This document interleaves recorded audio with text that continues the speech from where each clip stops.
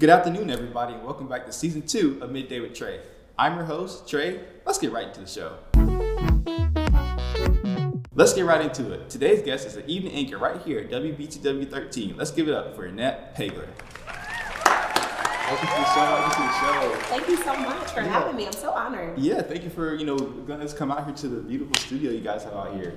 So absolutely. Yeah. So could you start just by giving the audience like a little brief description of yourself, your history, just like a brief description, and we'll get into the other juices. Sure. Absolutely. So my name is Annette Peagler.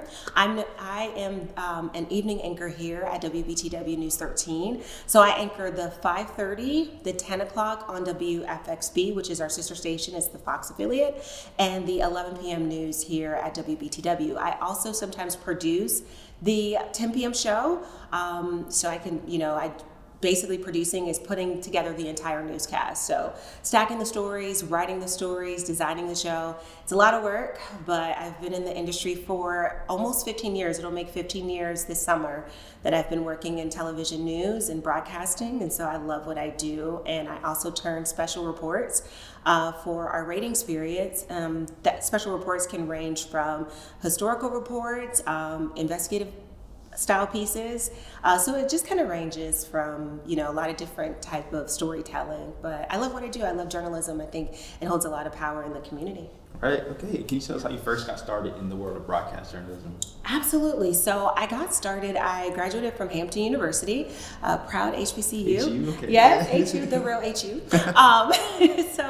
I graduated back in 2008, and I majored in broadcast journalism. I originally thought I wanted to be a magazine writer. Okay. But once I did an internship my junior year, that kind of changed its course. Doing that internship really put me in a newsroom environment, and it really helped me to realize what I wanted to do. I love the hustle and bustle of news and the hustle and bustle of getting breaking news on, and seeing your product on the air is really rewarding. Seeing what you work on throughout the day at the end of the night is really rewarding. So that's why I got into television. So started at Hampton. We had a makeshift newscast that we did at Hampton University. Yeah. I was one of the first, anchors at Hampton for that, newscast, and so that was really cool. Then I went on to do internships. I did my first internship at WCPO TV in Cincinnati, Ohio. Okay. That was my junior year. That really is what just introduced my love to broadcasting. Right. And then from there, when I graduated, I was able to get a job at the station that I interned at. Nice. I was an overnight producer, which is like coming in at midnight, not getting off until like 8 a.m., 9 in the morning. So crazy hours. Yeah. But, you got to put in that work. You got to grind it out, and you got to pay those dues to, be able to get to the next level. For sure. Okay. And what other jobs have you worked over the course of your career that led up to, what you do now? Yeah, that's a great question. So I always tell, young people that I mentor that if you want to get in this industry, you have to be willing to move around. I have worked this is my 5th market. So some of my other jobs include overnight producer at WCPO TV. I did that for about 2 years. Then I was a reporter at that same station. Yeah. So I was an MMJ, which I ended up shooting, writing, and editing all of my pieces. And that's multimedia journalism? Multimedia. Okay. Yep. One-man band. And that's really where it's going. The industry is really going that way. Right. And that's where, I learned that at Hampton. They were just like, it's better to know everything, to know how to shoot, write, and edit. It'll just make you more marketable in the industry. Right. So did that for another 2 years. So I was at WCPO for 4 years. And then I realized that I didn't want to produce anymore, which is crazy because I told myself that I wouldn't go back to producing, and then full circle, which is ironic, here I'm producing and anchoring. So you got to be careful what you say. Yeah. Don't say I won't ever do that. Right. But yeah, Cincinnati was a great starting market. I mean, just being so young and being thrown into that size of a market and working in news was really, really beneficial. From there, I went to Dayton, Ohio. I realized I didn't want to produce full-time. I wanted to really go in front of the camera. So I was a news reporter in Dayton for about 1.5 years, doing a lot of multimedia work where I was going out one-man banding, doing my own live shots, which was a lot of work. Yeah. So you set up the camera, everything like that? Oh, okay. Set up the camera. You did it all, okay. Yeah. It's a lot. It's not forever. So then from there, from Dayton, I went to Mississippi, Jackson, Mississippi. I'm from Philadelphia originally. Okay. And so a lot of people were saying, our cameraman Mike is oh, really? Go Eagles. Go Eagles. Next year we're going to get it. So yeah, I'm from Philly and I moved around so much. Right. So I went from Dayton to Mississippi. Yeah. Everybody always asks, why'd you go to Mississippi? It's like so different than what you're used to. By the time my parents were in Mississippi, I really missed being at home. Yeah. I really missed being around my parents. And at that point in my career, I felt like it's time to just go ahead and go. Right. So I went to, I didn't like Dayton either. Dayton, the snow and the cold, it was just time to go. Went to Mississippi. Mississippi presented a lot of great opportunities, you know, on air, full time. Anchoring too, like I got a chance to fill an anchor there, so that was great. And then from Jackson, Mississippi, I went to Memphis, Tennessee. Yeah. So I went back to climbing up the markets on air. Right. Got a photog. Got that photographer. Right. Worked the night beat there. Memphis is extremely hustle and bustle type of market where you know you're being sent to a lot of different breaking news stories, a lot of different things going on. I know you guys have probably heard about the Tyree Nichols shooting, or not shooting, but the beating. Yeah. So there's a lot of crazy news in Memphis. So that really just helped with my skill set and like really honing in as a reporter. Right. Got promoted to the anchor desk there, and then from there came here to Myrtle Beach. Cool. Yeah, I know that's a lot. No, that's interesting. So have you found that, you know, anchoring, you said would you say you have more of a passion for being in front of the camera, or like you said, the multimedia journalism type stuff? So I love storytelling. Right. I really, really do. I really enjoy being able to talk to people, having them interview with me and telling their stories. I love that about it. Right. I also like anchoring too. It's hard to say which one that I like more because I love anchoring as well, but it's just something about getting out there and talking to the people. Right. Sometimes I get cabin fever in here and I'm like, dang it, I miss going out and talking and getting those stories and reporting. So there are times that I really, really miss reporting, but I really like both. You know, it's both. It's rewarding on both ends, but it's just something about, you know, getting that story, coming back, writing it, and then being able to impact the public that way. Yeah. So what would you say the biggest, I guess, trait or skill set that you have to be in a field like news? I think a really good skill set to have, definitely can't be shy. Right. Definitely have to be outgoing, you know, and I'm an introvert, which is so crazy that I chose this profession because I'm more of a like homebody, like to kind of stay to myself. And so this has really pushed me to come out of my comfort zone to be able to like talk to people. And so definitely I would tell young journalists, you know, don't be afraid, be courageous and be outgoing. You got to go and get the story. Sometimes you're going to have to put, you know, microphones in people's faces that don't want to, you know, they may not want to be interviewed, but you have to have that courage. You have to kind of have that, you know, that grind, that grit to just go out and get it.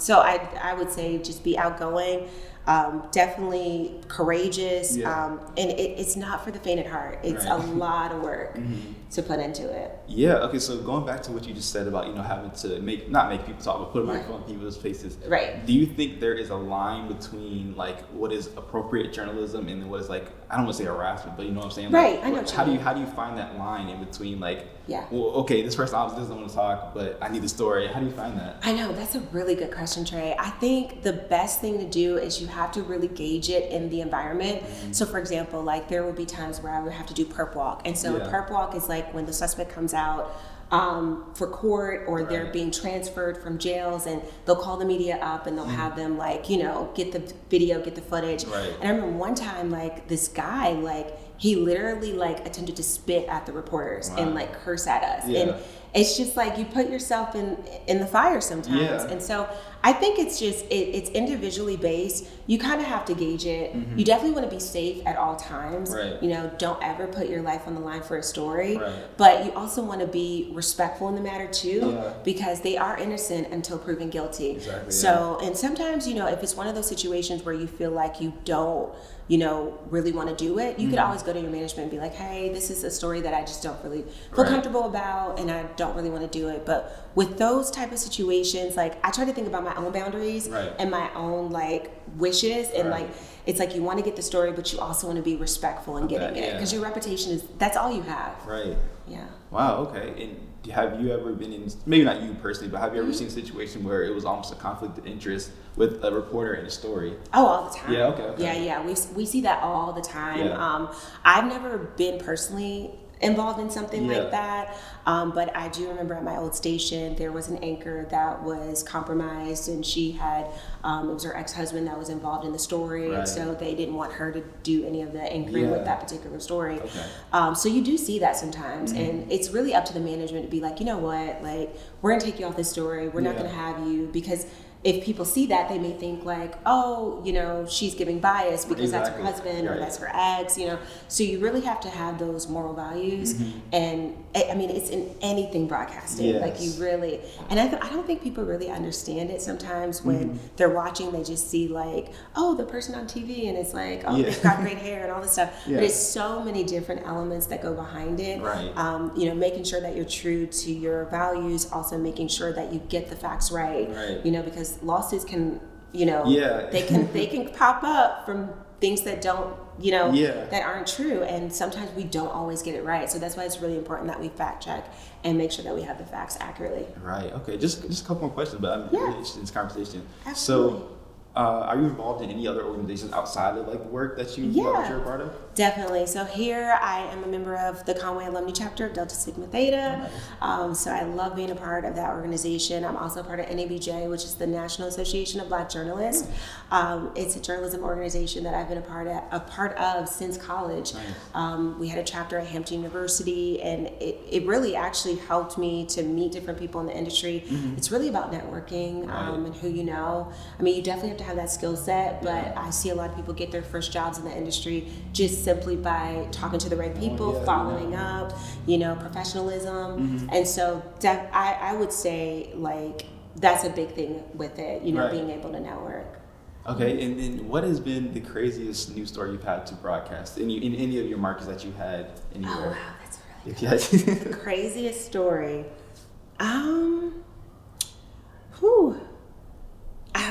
Okay. Okay. So in Memphis, there's a lot of different, there's two. Sorry. Okay, so I'll go to Jackson first. It's really sad. But we had a situation where there was a guy who, it was like an active shooter kind of situation where there was a guy going to different businesses in Jackson and shooting people. It was awful. It was absolutely insane. I was a rookie reporter then. I had only been in the business maybe like 4 or 5 years. But that story I remember distinctly because I remember my executive producer telling me to go out. She's like, hey, we've got a lot of people shot in different places. We're trying to figure out the crime scenes, but we're going to have you go to this gas station because we're getting reports of 2 people shot there. So she sent me there, and I'm a one-man band, so I'm all by myself, you know, and we're not allowed to carry like on the job. So I'm pretty much going into the line of fire at that point. I go and I actually get there as the cops are getting there. So the crime scene tape was not fully up yet. So I actually saw one of the bodies that was shot.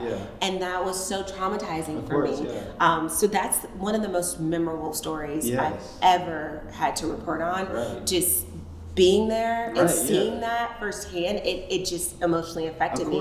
And I was just telling somebody this story the other day, like how like you really have to be thick-skinned to be in this.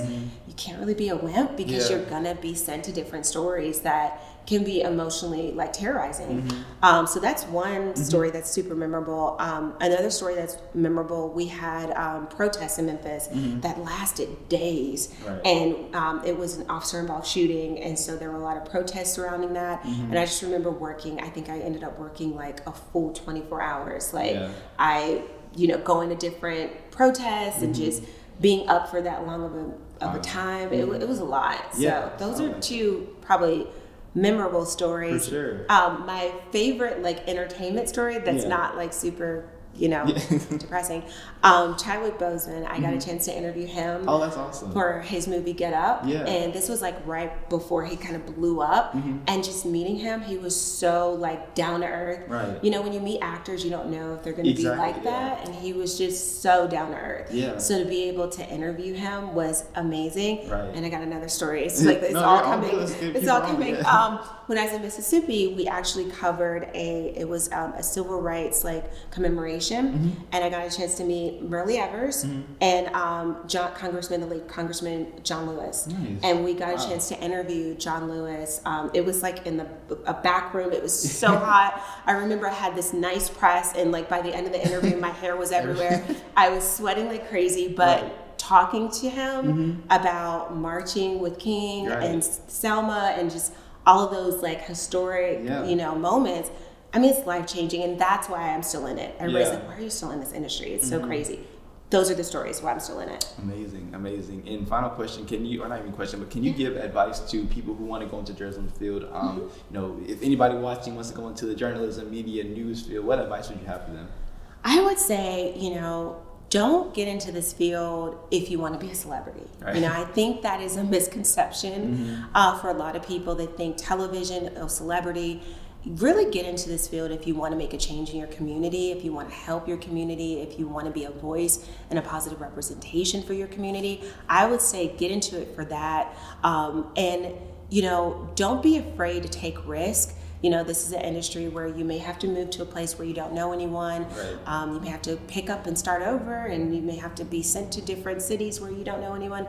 So don't be afraid to take that risk and, you know, to shoot for your dreams. But, you know, definitely, if this is something that you love to do, if you love, you know, making a change, making a difference, if you love advocacy work, then this is the perfect industry to get into, because you can literally, you never know if your story will make a change for, you know, legislative standpoint or just community members watching. You know, you just never know. So that would be my advice to young journalists. Okay, well, thank you so much for coming on the show. Like I said, I really appreciate it. I was interested in hearing your story and hearing everything about you, and it's just been crazy. I wish you well in the rest of your career. Thank you. Thank you for having me.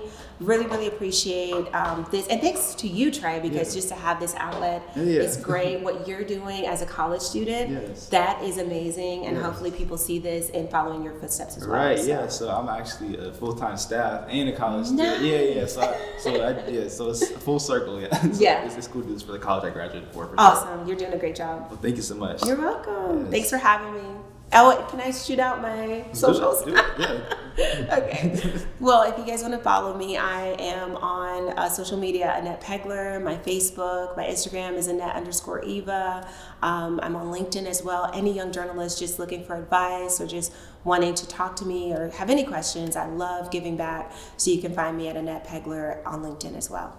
Perfect. You're on Coastal as well, aren't you? I'm a graduate student at Coastal. It's been crazy. I am in my second semester of the comm program, comm leadership, and so if you ever see me on campus too, just just grab me and be like, "Hey, you're that girl in the news." All right, perfect. Well, thank you so much. Thank you for having me. Nice to meet you. Now it's time for Hat of the Week. For this week's hat, we have this Seattle Saunders hat, professional soccer team hat. If you don't know this about me, I love soccer, aka football. I played soccer from probably when I was age 8 until about high school. Then I stopped, and I wish I continued. Then I did a little bit of coaching, but now I'm just a watcher sometimes. But this hat comes from my good friend and colleague Charles Thornton. He's in Edwards College. He works as the director of the Joiner Institute in the Edwards College. He gave me this hat because he has some friends that play for the Saunders or that work for the Saunders, and I like soccer, so he gave me this hat. So I really appreciate you. Shout out to Charles Norton. Thanks so much for watching this episode of Midday with Trey. Make sure you follow all of our social media pages down below to stay up to date for all things Midday with Trey. But until next time, I'll see you same time, same place. Bye.